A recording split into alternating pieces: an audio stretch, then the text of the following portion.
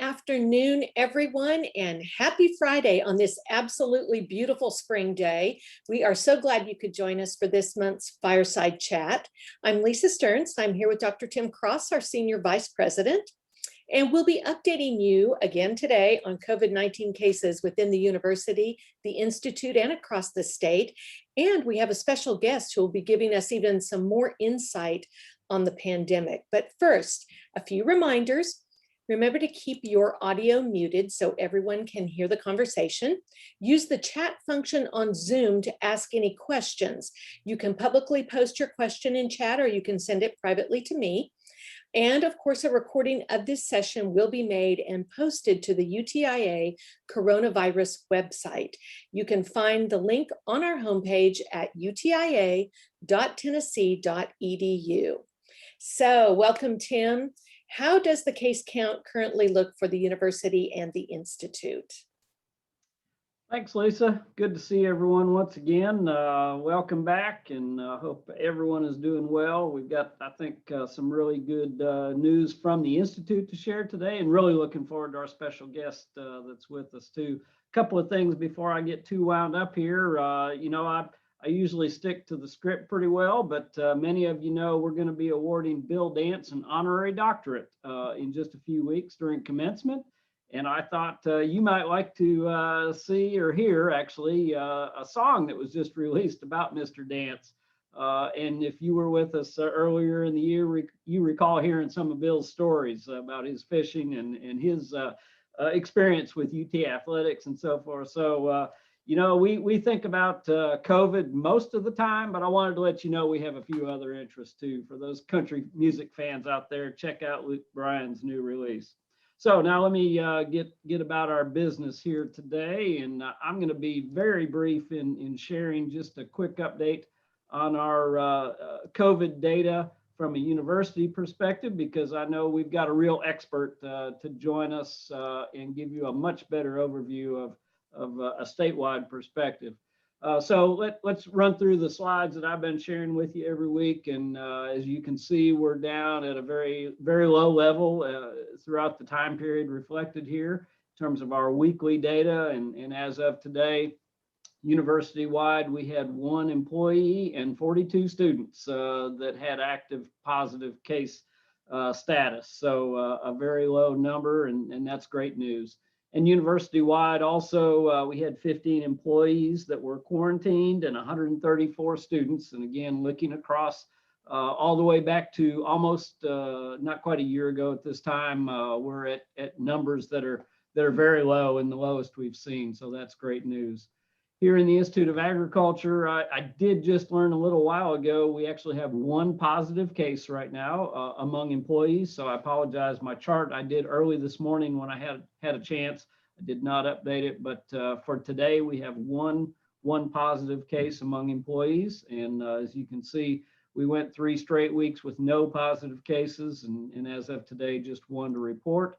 And then in terms of our isolations, just 1 employee at this point in time who is in isolation. So really low numbers. Nationally, the chart looks similar to what we've seen the last couple of months, fairly flat. It's not down to 0, but at least it's not at the levels we saw over the winter. And statewide data, much the same story there. So I know and finally our vaccine status, and I'm not going to spend a lot of time here, but we're approaching more than 17% with a single shot at least, and almost 30% that have been, 30% with 1 shot, and almost a little over 17% fully vaccinated. So I'm going to stop with those remarks right there and get on with our program here this afternoon, because I know we've got an expert that is far more informed about this information than I am. So I want to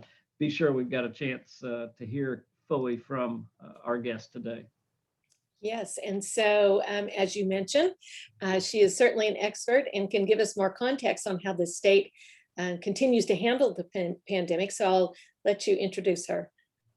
Great, thank you, Lisa. And I'm really pleased to welcome Dr. Mary-Margaret Fill to our meeting today and appreciate her taking the time to be with us.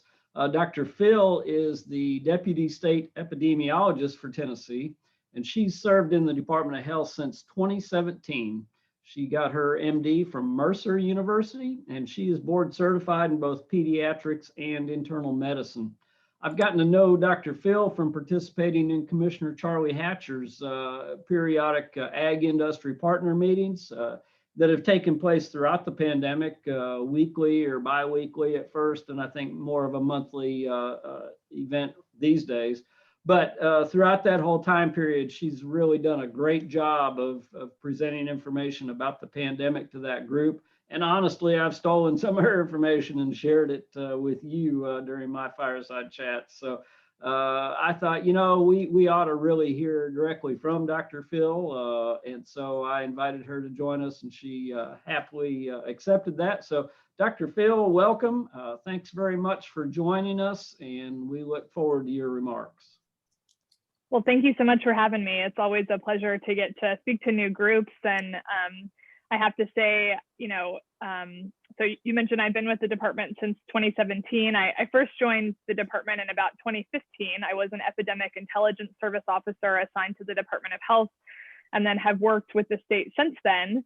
But before COVID, one of the hats that I wore and loved to participate in was as co-chair of our state One Health committee. So I have a very, you know, agriculture and on plant and animal health is very near and dear to my heart. And so I love getting to speak with groups like this, because it's so important that we all be on the same page and work together, because everything that affects us as people also affects our environment and the animals that we love and that drive our economy and that are so important in the state of Tennessee. So I really appreciate the invitation, and I'm happy to speak with you today.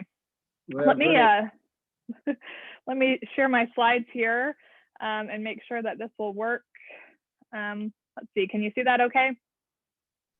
Yeah, we've got it. Perfect. So I'm just going to walk through first just some data trends for the pandemic as a whole in Tennessee, and then certainly spend a little time talking about vaccination and other prevention measures. And then, of course, leave plenty of time at the end for questions. Even if I didn't specifically talk about it in my presentation, if it's COVID related, you're welcome to ask. If I don't know the answer, I will do my best to track it down for you.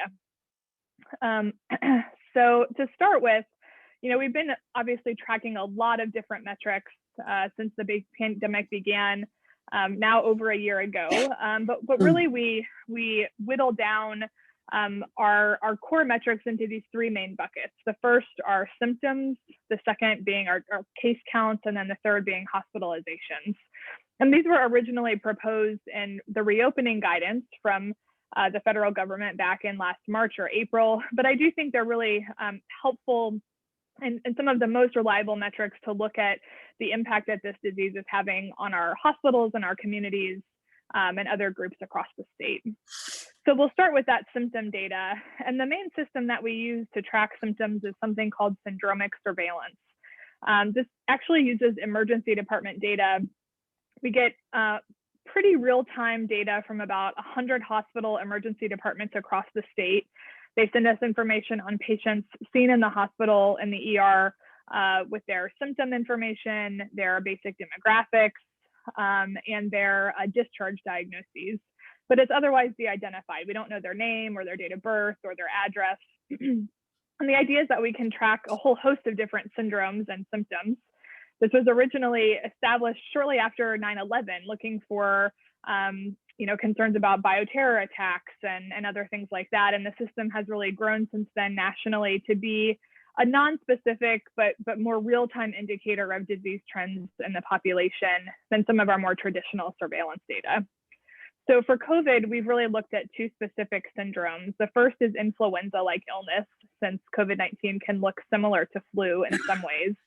And then the second is COVID-like illness, which is a specific syndrome that has definitions that include some different caveats than flu. So ILI is shown on this graph in that sort of orangey salmon color, and then the COVID-like illness is shown in blue. And really just what I'll highlight is that we've seen basically no flu this year. Hopefully none of you had the flu or your family had the flu, because compared to a normal flu season, which we can see back in the winter of 2019, 2020, we really had no uptick in influenza cases in emergency departments through most of this fall and winter and now early spring.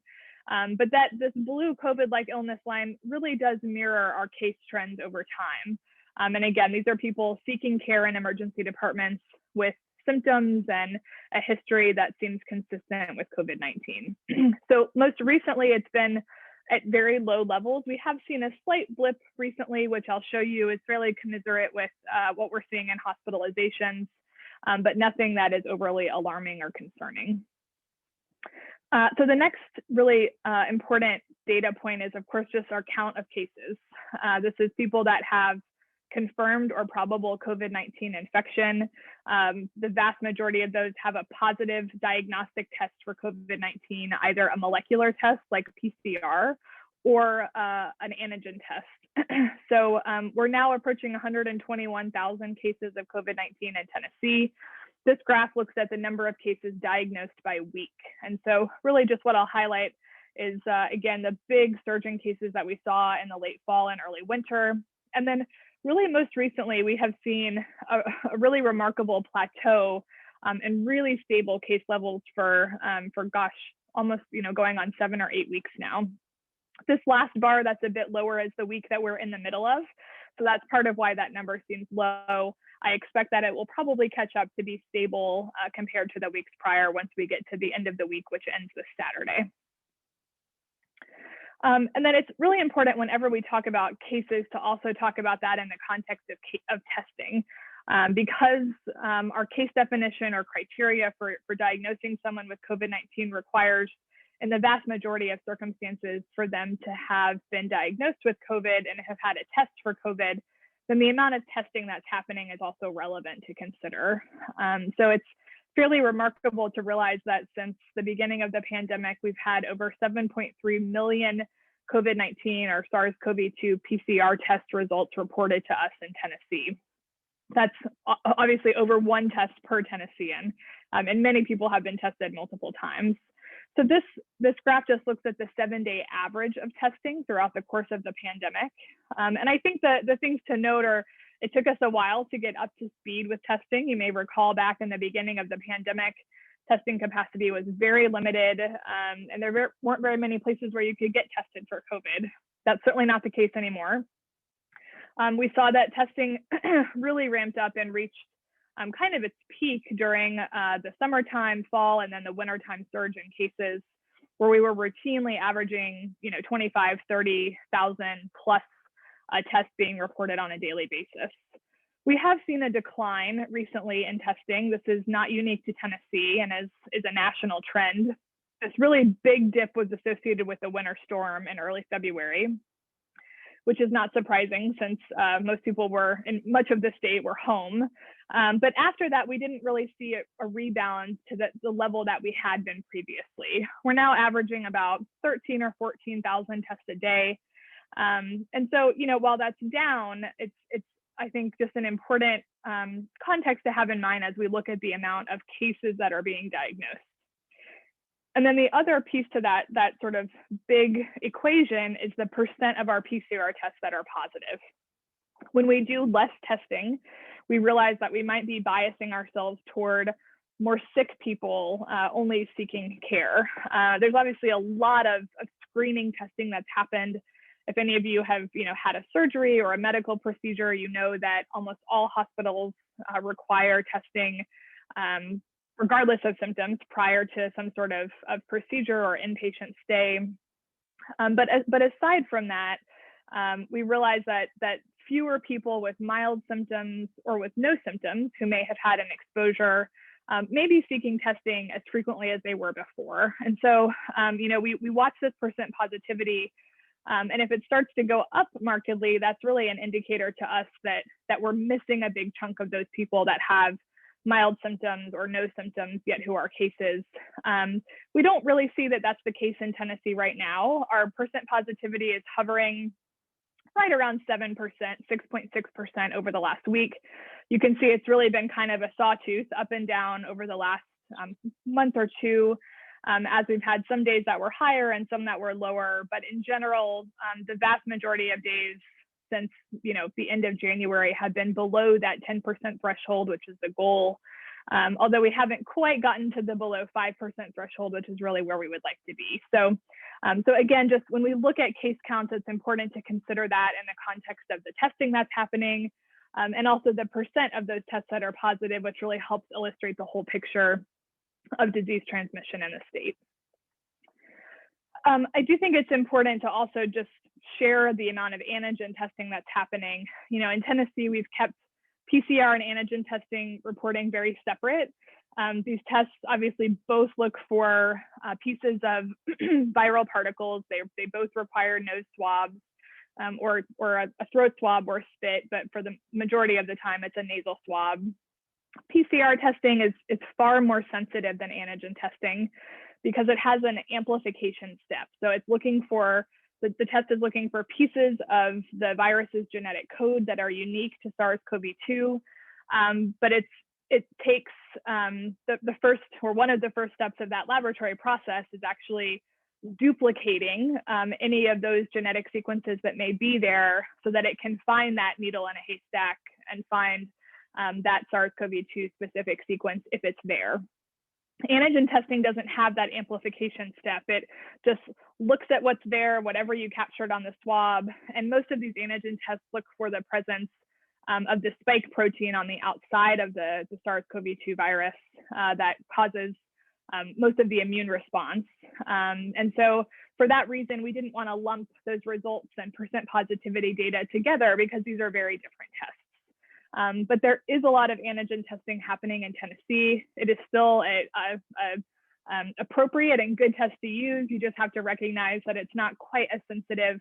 So a test could be falsely negative as compared to PCR testing, which is possible, but still less likely to be so. So this graph just looks at the amount of antigen testing reported to us by week. The dark blue bars are negative tests. The light blue bars are positive tests. And that orange line shows the percent of tests that are positive. So for the last month or two, far less than 5% of our antigen tests have been positive. Again, which we would expect that number to be slightly lower since it's a slightly less sensitive test than the PCR test is. Obviously, whenever we talk about cases, a huge component of the pandemic has been in preventing deaths. And so we obviously have tracked deaths attributed to COVID-19 very closely. I expect that we will probably surpass 12,000 deaths in Tennessee today. Our case fatality rate, which is the proportion of people diagnosed with COVID-19 who ultimately died, is about 1.5%. So that is not insignificant. Obviously, that doesn't account for people that had COVID-19 that weren't captured as cases. So the actual proportion of people that die from COVID is probably less than that, since there are undoubtedly people with mild disease or asymptomatic disease that were never tested or captured as cases. But it is still not an insignificant number. Our death curve mirrors very closely the case curve, which is not surprising. Deaths are considered to be a lagging indicator from the time that someone gets sick with COVID until the time that they ultimately die and that death is reported and captured by the Department of Health. At a minimum takes 4 to 6 weeks. So it's often a very long time from when we see a surge in cases and hospitalizations for us to see the associated effect and impact with increased mortality from that. I do also just want to mention that we have an incredible team in the Office of the State Chief Medical Examiner who review literally every single death certificate where COVID-19 is listed as a contributing cause of death.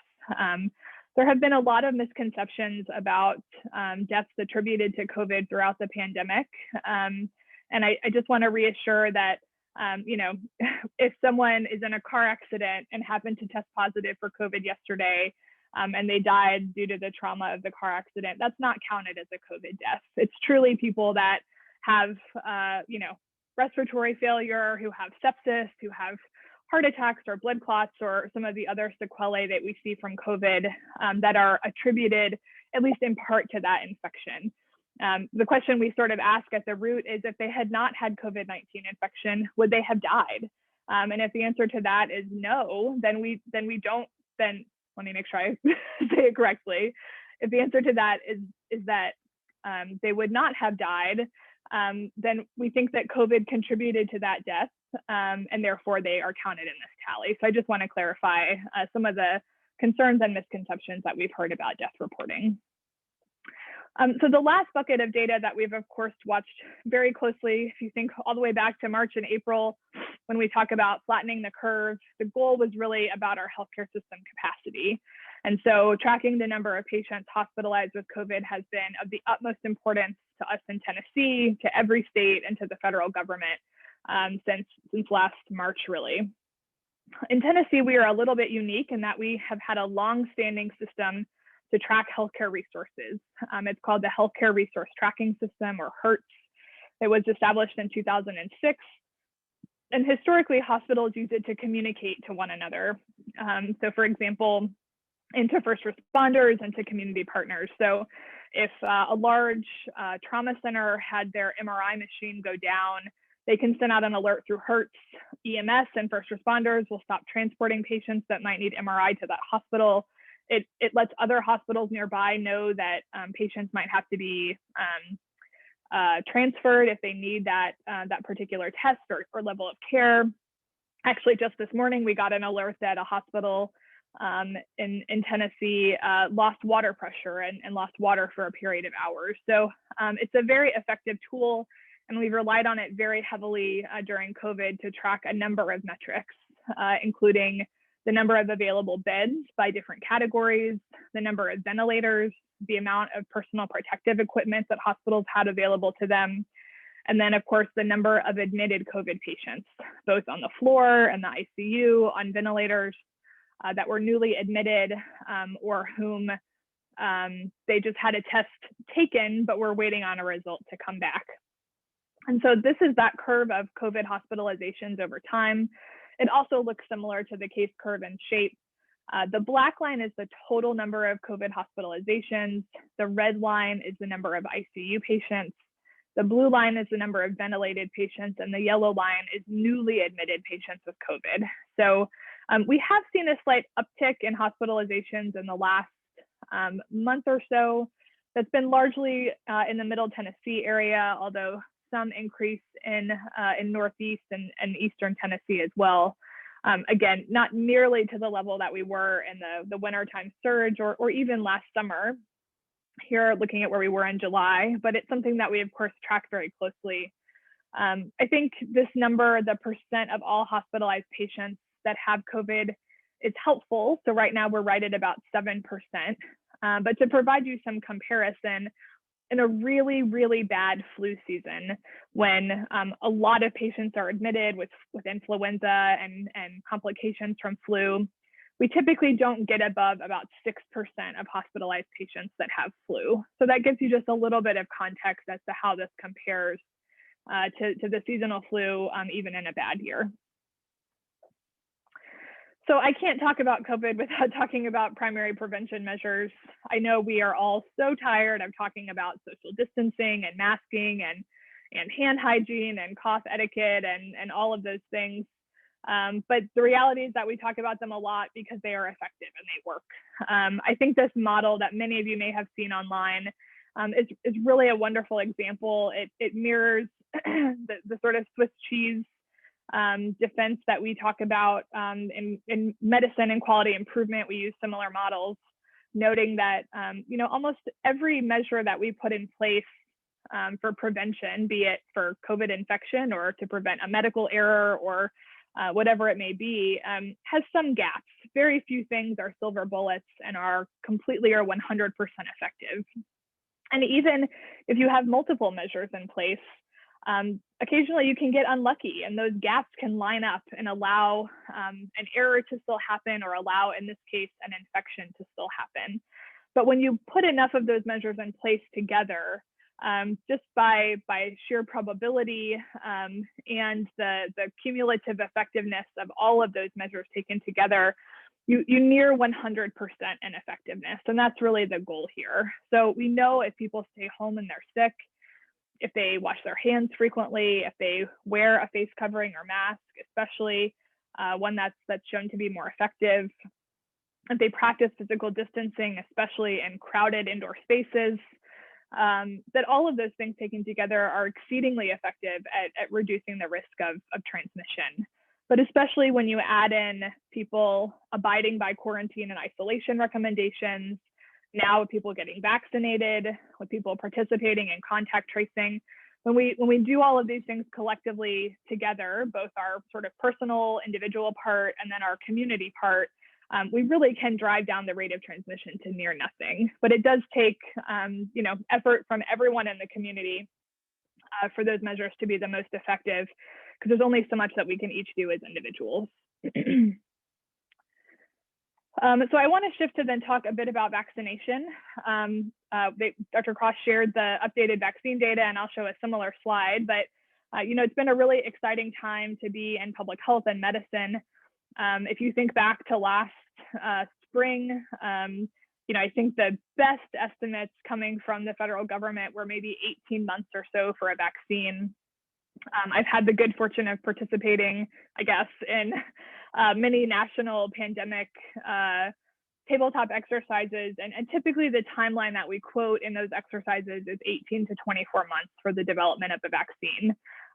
We did it in less than a year, and I think that's really a testament to a whole host of folks, the administration, for their emphasis on the importance of an effective medical countermeasure like vaccination, to the pharmaceutical companies. There have been some very novel collaborations and partnerships, and a lot of good faith trust in each other to move forward without sort of the same level of perhaps legal protections for themselves that maybe that they have had in the past. And so it's really an incredible feat, not only for us to have now 3 vaccines that are currently authorized for use, but 3 highly effective vaccines. I don't think that anyone, well, I'm sure some people did. I don't think most people expected, especially that the mRNA vaccines would be as effective as they are, but they really, I think, have shown how novel and impactful that mechanism of action is, and it's really blown the door open for vaccinations for other pathogens and other diseases that we really could see change the world in many ways, and change the health of people across this globe for a variety of diseases. So we currently have 3 vaccines with emergency use authorizations from FDA, Pfizer and Moderna, which are the mRNA vaccines, and then the Janssen J&J vaccine. 3 more vaccines are in the pipeline and may have EUA approval from FDA in 2021, but the exact timeline of those is less certain. The vast majority of these do require 2 doses. Of course, the J&J vaccine is the one that just requires a single dose, and that's part of why it's become exceedingly popular.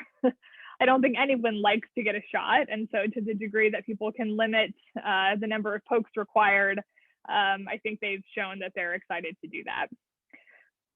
This is just a snapshot from the clinical trials for 5 of the vaccines in the pipeline.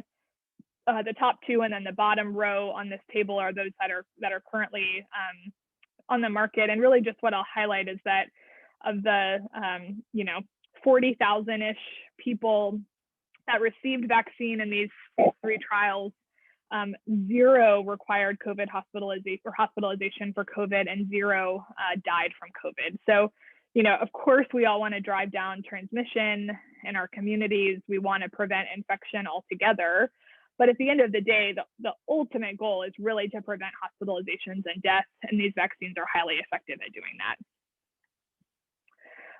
There's been recent updates from CDC about, so what can I do after I'm fully vaccinated? And that means more than 2 or more weeks after either the second dose of a 2-dose series or the single dose of the J&J vaccine.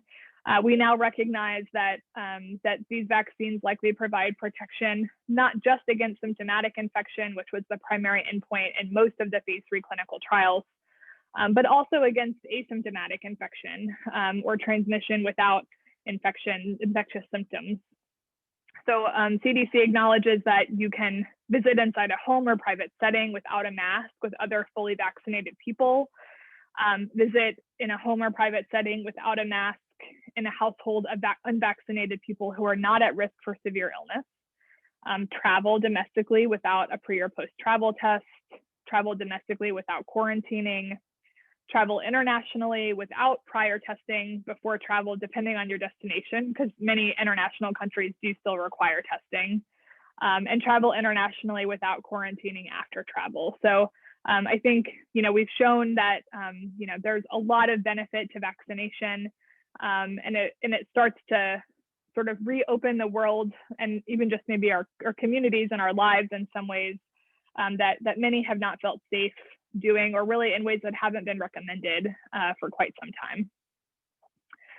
So this is the most recent version of the vaccine allocation phases in Tennessee.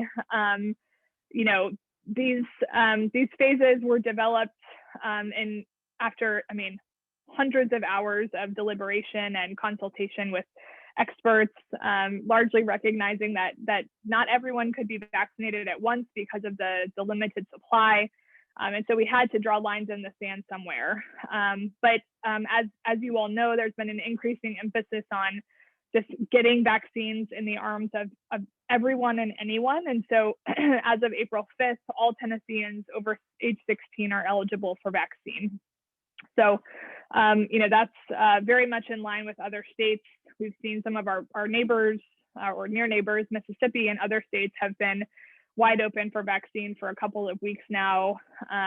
So, I think this was a big push from the Biden administration to ensure that folks of any age could access vaccine. And we've seen that states have implemented that in a more variable time frame. But I think last I saw, every state should be wide open here within the next week or so. So in Tennessee, we've had almost 4.4 million doses of vaccine delivered. About 72% of those doses have been administered. These are data as of yesterday. And as already mentioned, almost 30% of Tennesseans statewide have received at least one dose. So this graph shows the breakdown of the number of people that have started a series. So this blue bar is people that have either gotten at least one dose of Pfizer or Moderna. And then the green bar is the people that have received both doses of Pfizer or Moderna, or their single dose of J&J. And then this just shows the breakdown by vaccine type. So we've received very little Johnson & Johnson in Tennessee, just over 250,000 doses.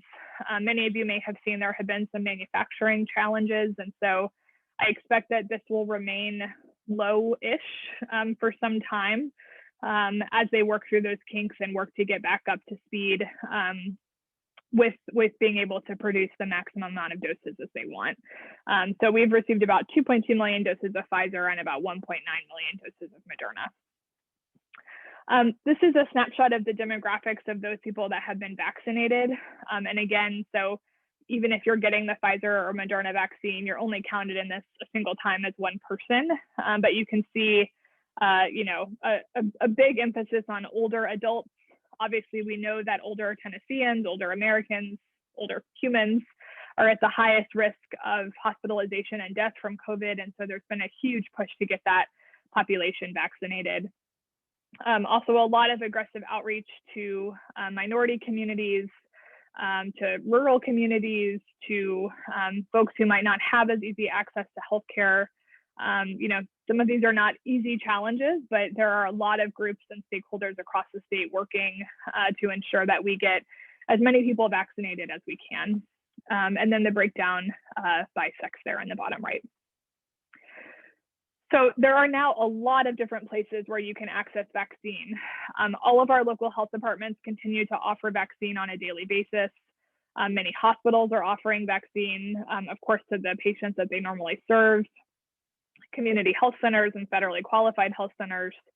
The majority of independent and chain pharmacies now carry vaccine. And as we've sort of moved down the priority list, many larger private medical groups and now some smaller medical groups also have access to vaccine. So this website, vaccinefinder.org, is really the best place to determine what's closest to you. It actually shows if they have vaccine in stock.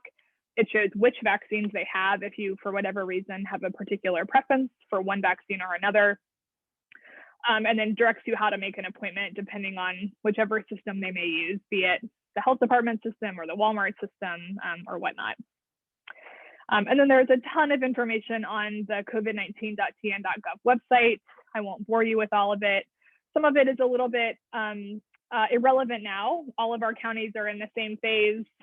Everyone is eligible for vaccines. So those things that were important a month or two ago are now less so, but there is still a lot of relevant information and shareable content, especially information around myths, myth busting around the vaccine, question and answers about the vaccine, links to credible and reliable information, which I think is increasingly important. And then again, lots of opportunities through the Vaccine Finder site and our State Department of Health site to determine what vaccine opportunities there are for you in your county. Now that the state is wide open, a little less important to look at this by phase by county, but still lots of options out there. And then lots of opportunities to track progress. We update a dashboard, many of those metrics I showed you on a daily basis. And then CDC also has a pretty in-depth data tracker tracking not just cases and hospitalizations, but also vaccinations across the country. So that is what I have to share. I'm happy to answer any questions that folks have in the chat or people want to unmute. I will also share these slides so that they can be distributed to the group if people want to look at them after the fact. I know that was a lot of data and information to digest fairly quickly, but in the meantime, happy to answer any questions or clarify anything that I can. Great job, Dr. Fill. As always, covered a ton of information there, but you always present it in an easy to understand way. We appreciate that. I got a quick question, then I'll just turn it to Lisa to moderate any other questions from the group. I'm asked every day, and I'm sure you are too, well, when are we going to be able to worry less about social distancing and about masks and about having larger public meetings? Any feel for a timeline or a time frame? You talked about a few restrictions that have been changed, but what do you see down the road the next month or two or three? Yeah, that's a great question. And I think, to be perfectly honest, right now we're in a little bit of a race against the clock. We have seen, I didn't talk about it, but I do think it's important to mention the emergence of now half a dozen or so what we're calling variants of concern for the SARS-CoV-2 virus.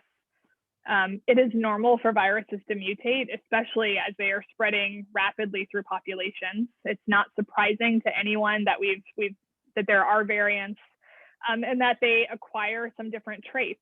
So I think we've now, and there was some discussion by CDC this week that the B117 variant, which was the variant that was first identified in the United Kingdom, which has been shown to be about 50% more transmissible and have perhaps a slightly higher mortality rate, is now nearing or is the dominant strain that's circulating in the United States in most places. Fortunately, the vaccine in most instances is still highly effective against B117. There are some mutations, additional mutations that variant can acquire that make the vaccine less effective. But the key to reducing both the spread of existing variants and the emergence of new variants who could have even more profound implications on vaccine effectiveness or the effectiveness of some therapeutics like monoclonal antibodies and others is to decrease transmission. And so, a virus can't mutate if it's not spreading between people. And so that's where those prevention measures, as tired as we all are of them, we really have to keep them up a bit longer, and at least until we can get enough of the population vaccinated to start to really see that's impacting the transmission in our communities. So to the degree that you can, I encourage all of you to get vaccinated if you're not already. Encourage your friends and family and neighbors and community members, because there is a substantial proportion of Tennesseans who've said, you know what, I'm not really interested. And unfortunately, the larger that group is, the more it impacts all of us and our ability to sort of get back to normal, if we continue to see fairly high levels of disease transmission, as we do continue to see. While we're at a plateau, we're still not at very low levels of disease. And so it's important to clamp that down even more if we can. Thank you. Great. Well, we do have a couple of questions, Dr. Phil. The first one is, have COVID tests been adapted to find these new variants, or is that even something that's necessary? Yeah, so fortunately, most of the testing that's out there right now will still test positive, even if someone's infected with a variant. So as I mentioned before, the PCR tests that are looking for bits of the virus's genetic code, most of them actually look for several different bits of the genetic code. Most look for 3. And so what we see, for example, with the B117 variant is that some PCR tests then only test positive on 2 of the 3 targets instead of 3 of 3. That's still enough to call it a positive, but it's now actually become a flag that it could be a variant that has acquired a mutation in that one target that's causing it to test negative. But the antigen test, all of these viruses, even the variants, still have that same spike protein, so the antigen test shouldn't be less sensitive. That's certainly something, though, that we're monitoring for. There's lots of work to ensure that as new variants are identified or emerge, that they don't dramatically impact diagnostics and wouldn't require laboratories to potentially change the targets that they're using. But to date, that hasn't been the case. But the way that we ultimately identify a variant is by doing full whole genome sequencing of the virus. And so that's an area where, to be honest, we still have fairly intermittent capacity, irregular capacity, maybe is a better word, across the state. Tennessee participates in a national surveillance program with CDC. We send a couple of dozen specimens to CDC, just randomly selective positives, every other week, and they just sort of put it in a bank and do whole genome sequencing, looking for both known and new variants. But then other than that, we have a couple of academic and commercial laboratories across the state that are doing sequencing, some at random, some with more frequency than others because they have a particular interest in it. But that's led to really a convenient sample. So, we don't have a great sense in Tennessee, what proportion of our cases as a whole are a variant. We can tell you, I can't tell you right now, but in theory, we could tell you what proportion of cases that were sequenced tested positive for a variant, but not of all of our cases as a whole. And that's where we're working to stand up that whole genome sequencing capacity at our state public health laboratory in order to more systematically do sort of a sequencing strategy across the state and better understand geographically everywhere what proportion of cases are likely variants.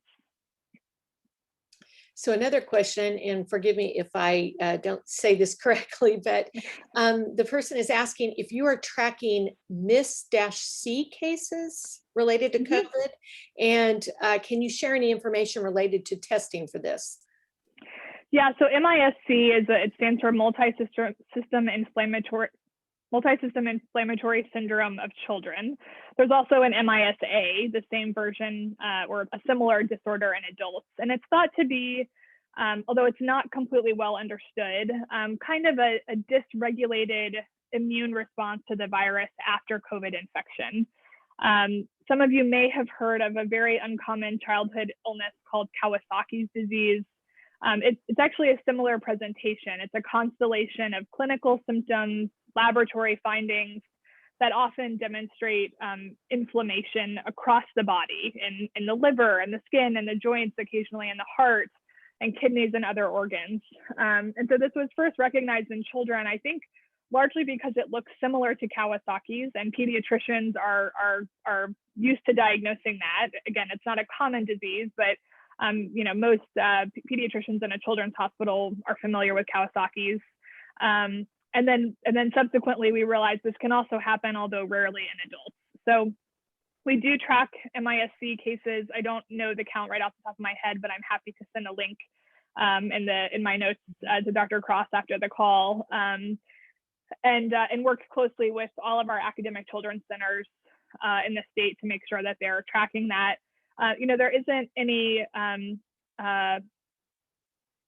well-established therapy. Most cases resolve on their own without treatment, but it can be very serious. It can be life-threatening. I think there have been deaths associated with it, although not in Tennessee. So it is an uncommon sequelae of COVID infection. So another person is asking, how can we predict that the vaccine will not cause some long-term unknown effects to our health other than getting COVID? So this would be, I guess, in adults.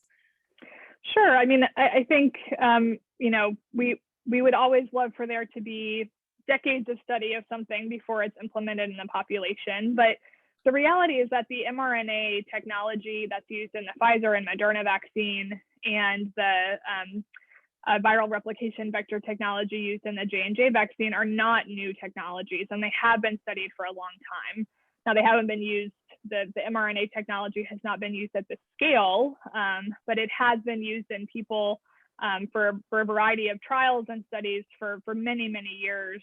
And taking a step back to the sort of basic science and biochemistry and pathophysiology, there's no reason to think that this would cause any long-term sequelae. I think it's always a little unnerving to think about, we talk about genetic terms and DNA and RNA, but the reality is that all these vaccines do is give our immune system a recipe, basically, for a small piece of this virus that they can create the outcome of the recipe, the tiny piece of the spike protein of the virus that they can then learn to recognize should the body be introduced to that virus again. And so it's not anything that changes our genetic code in any way.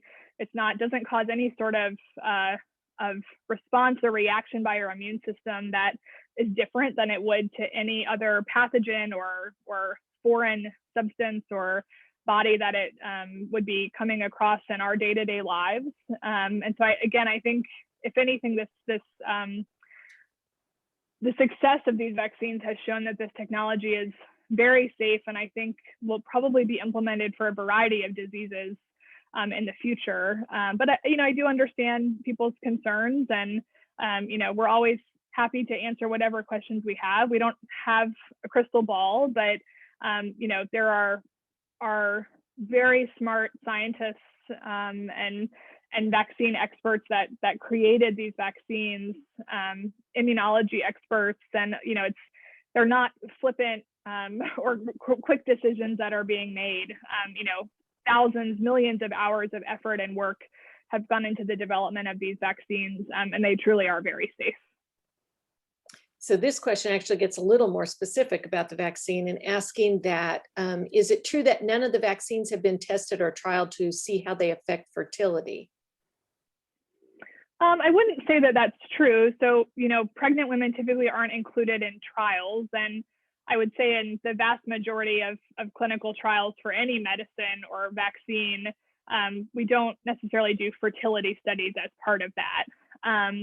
So, to this point, though, now thousands of pregnant or women of childbearing age have been vaccinated, if not millions. I can say that I am expecting my second child, and I received my vaccine in my first trimester of pregnancy without any hesitation. And there has been no signal or flag of concerns either for women who are pregnant or breastfeeding, or just women of childbearing age to receive these vaccines.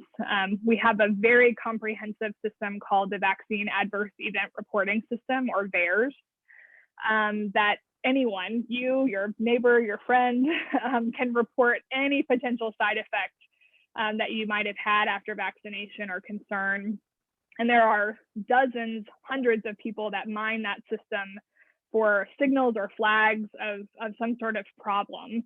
And to date, there has not been any flag or signal of anything concerning related to anything, let alone for women or women of childbearing age.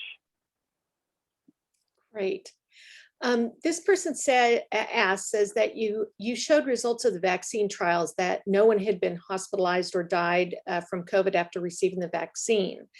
Yet the vaccines are considered to only be 75 to 95% effective. So are the symptoms just lower on those that are getting vaccinated and happen to get COVID?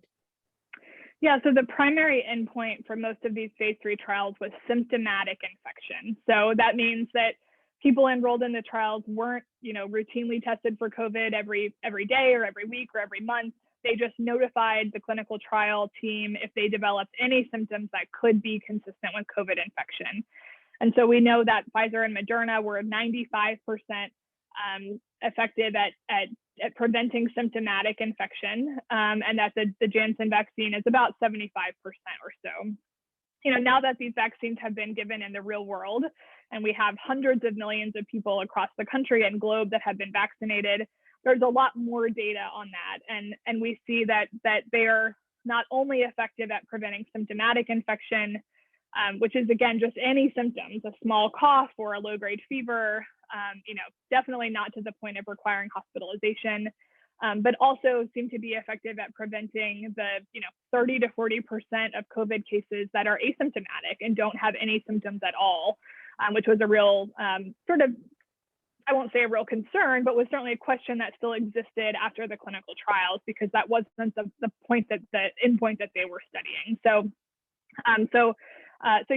that means that they're very effective at preventing severe disease, which means that the immune system might not be, in 100% of instances, might not be able to prevent someone from being infected or having mild symptoms, but the immune system can respond enough to keep people from getting overwhelming infection that causes them to be hospitalized or even worse, have a fatal outcome.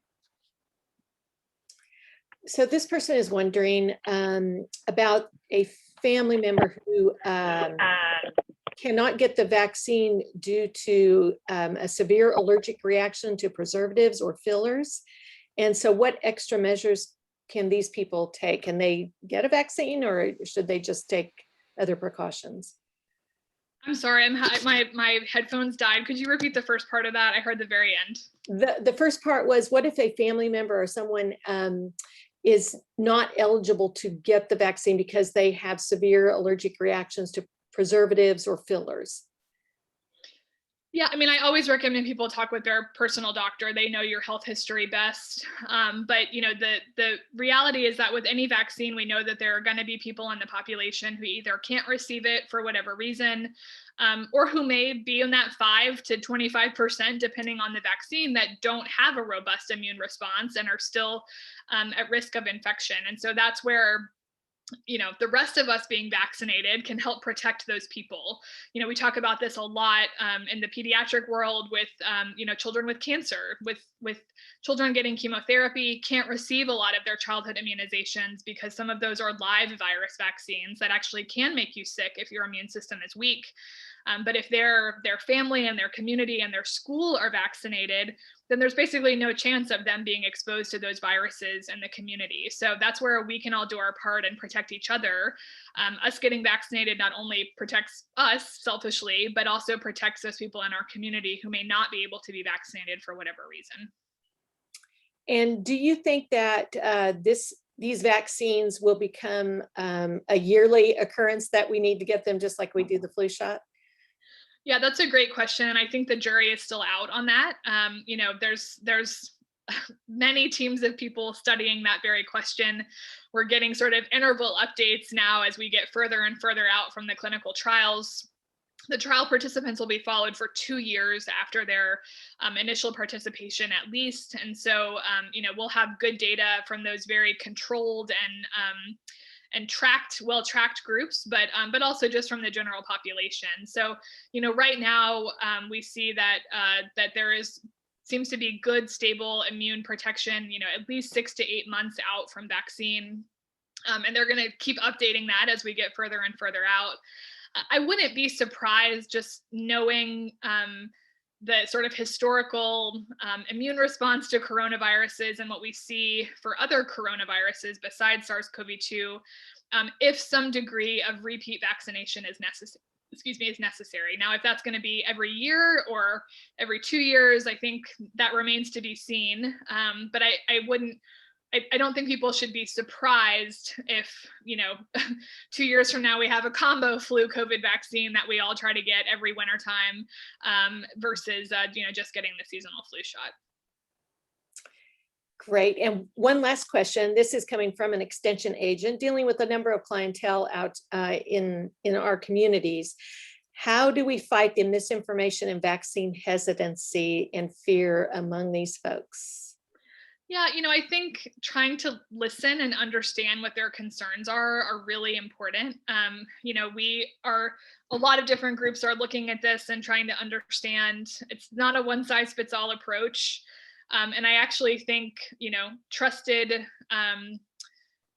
scientists and representatives of universities and medicine and science are actually, really valuable allies at sort of the grassroots level in putting out, clear and correct information about these vaccines. So, I think it's often, it takes time to build that trust. I would invite you, if you know people that have concerns or hesitancy, to just have a non-judgmental and open conversation with them about what their concerns are, and then talk about it again in the future. We're not, everyone comes to this from their own place with their own background, their own experiences and concerns. Everyone has their own tolerance of risk, both of COVID infection and of, a newer, although, well-tested and safe therapeutic. And so I think trying to get at what's driving that concern, and then, provide information to correct any, gently correct any misconceptions or incorrect statements, and then, be a gentle but persistent nudge to continue to encourage. We've seen, there was actually a lovely article not that long ago about vaccination efforts in a long-term care facility in New England. We saw that uptake among residents of long-term care facilities was very high, 70, 80+%, but among staff, it was much lower, less than 40% in many institutions. And, the staff are the conduits of the virus in most instances, bringing it into the facility. And so, there was a nursing home, corporate nursing home in a part of the country that, spent hundreds of hours, through different, fireside chats and lunch and learns and individual conversations with their staff.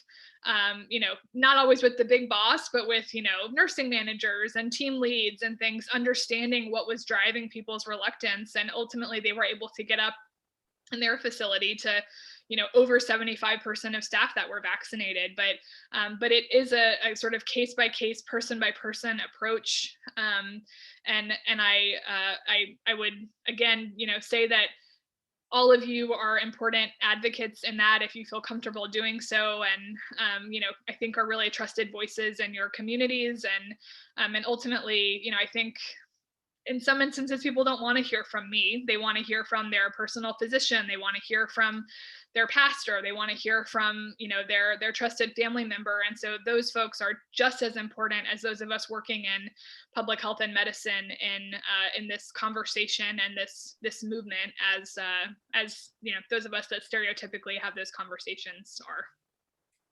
Great. Well, thank you so much.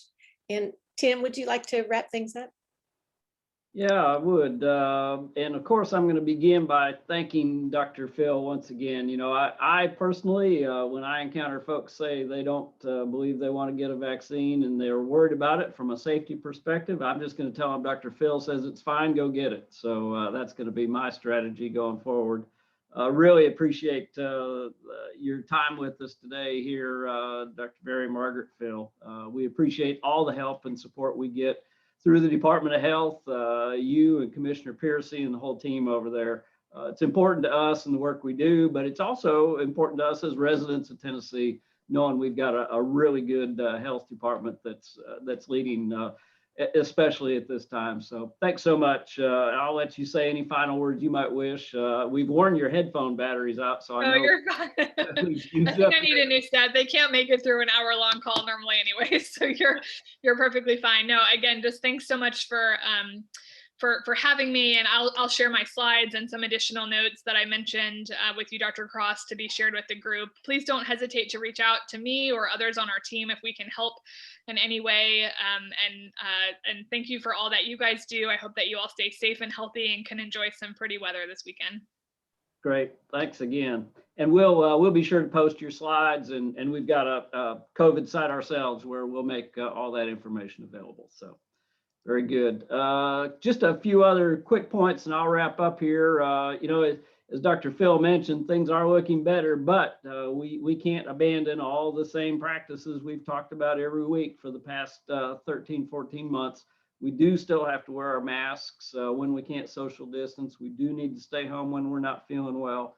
We've got to do our part to protect one another. And that includes getting vaccinated. So I've got mine. I happen to be one of those who signed up and received the Janssen vaccination. So not only did I only have to get one shot, I only had to make one appointment. So that really worked out well. Take advantage of vaccine clinic opportunities in your communities as you're ready to and as they're available. And you've seen this week that campuses across the UT system are starting to target June 1 for what we're describing as returning to the workplace.